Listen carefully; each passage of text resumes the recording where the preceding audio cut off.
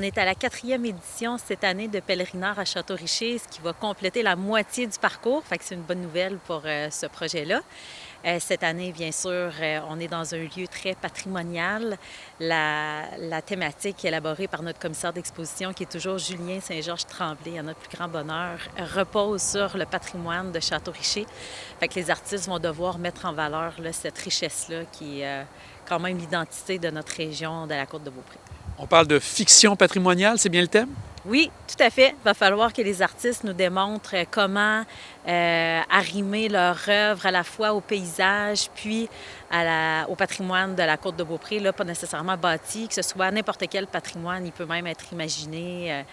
Il est très large là, cette année dans notre définition. Je vous invite à venir lire la thématique dans le guide qui est disponible sur le site Internet de Développement Côte-de-Beaupré. Donc, on parlait tantôt d'une œuvre permanente, 2 œuvres temporaires. Au niveau de l'œuvre permanente, c'est une œuvre qui va être pérenne pour plusieurs années. Est-ce qu'il y a un budget qui est prévu pour justement la personne qui sera ou les personnes qui seront sélectionnées? C'est 10 000 au total là, pour le cachet et les matériaux pour l'œuvre permanente. On demande une durabilité là, de 10 ans minimalement, mais ça arrive là, que les œuvres peuvent durer beaucoup plus longtemps que ça. Mais c'est un minimum qu'on demande, c'est 10 ans. Et vous avez après ça toujours les 2 œuvres temporaires qui viennent agrémenter le tout. Au niveau du budget, ça ressemble à quoi? C'est 2 750 pour l'œuvre temporaire, cachet et matériaux. Puis on demande une durabilité de 3 semaines pour ces œuvres-là, bien qu'elles peuvent être en place là, pour toute la saison estivale.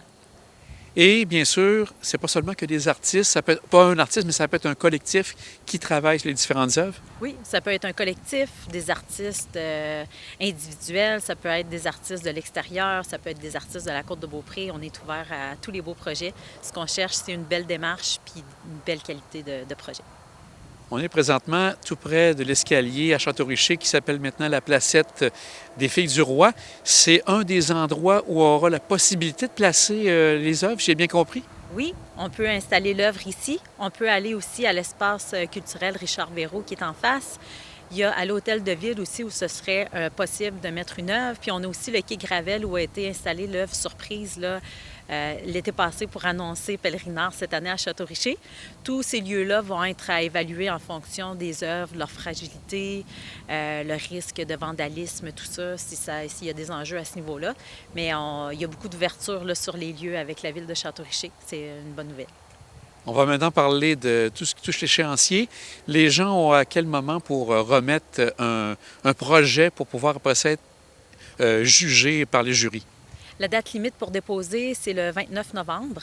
Puis quelques semaines plus tard, le jury va pouvoir prendre ses décisions pour retenir les œuvres.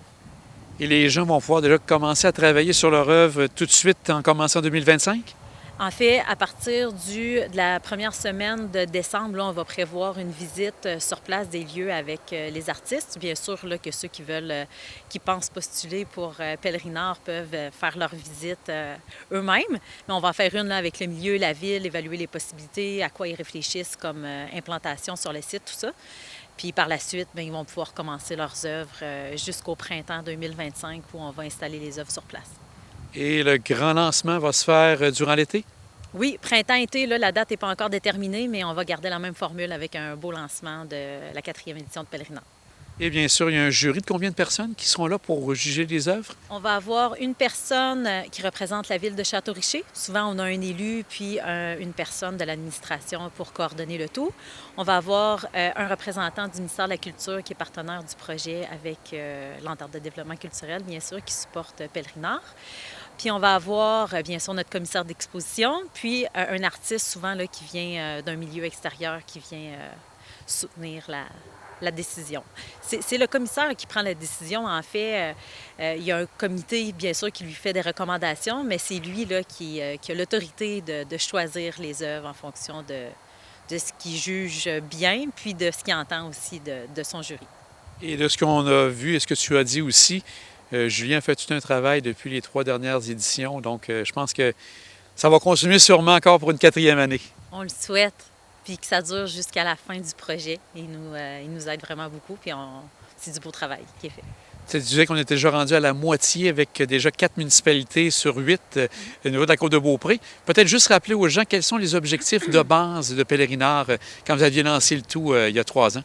C'est mettre en valeur les paysages, rapprocher l'art des citoyens, bien sûr, soutenir nos artistes là, dans leur démarche artistique, faire un parcours sur la côte de Beaupré qui est bien identitaire de notre région. C'est les objectifs de Pèlerinard.